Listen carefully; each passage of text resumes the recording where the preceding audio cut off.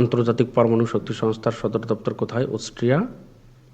সম্প্রতি সিরিয়া নতুন কোন রাষ্ট্র প্রতীক উন্মোচন করেছে? সোনালী ঈগল। সম্প্রতি সিরিয়া নতুন সোনালী ঈগল রাষ্ট্র প্রতীক উন্মোচন করেছে। কাচিন ইন্ডিপেন্ডেন্স আর্মি কোন দেশের বিদ্রোহী সংগঠন? মিয়ানমার। কাচিন ইন্ডিপেন্ডেন্স আর্মি মিয়ানমারের বিদ্রোহী সংগঠন। ম্যাডম্যান থিওরি কোন দেশের শাসন ব্যবস্থার সাথে সংশ্লিষ্ট? যুক্তরাষ্ট্র। ম্যাডম্যান থিওরি যুক্তরাষ্ট্রের শাসন ব্যবস্থার সাথে সংশ্লিষ্ট। অন্তর্বর্তীকালীন সরকার প্রতি বছরের কোন দিনটিকে জুলাই গণঅভ্যুত্থান দিবস হিসেবে ঘোষণা করেছে? 5 আগস্ট।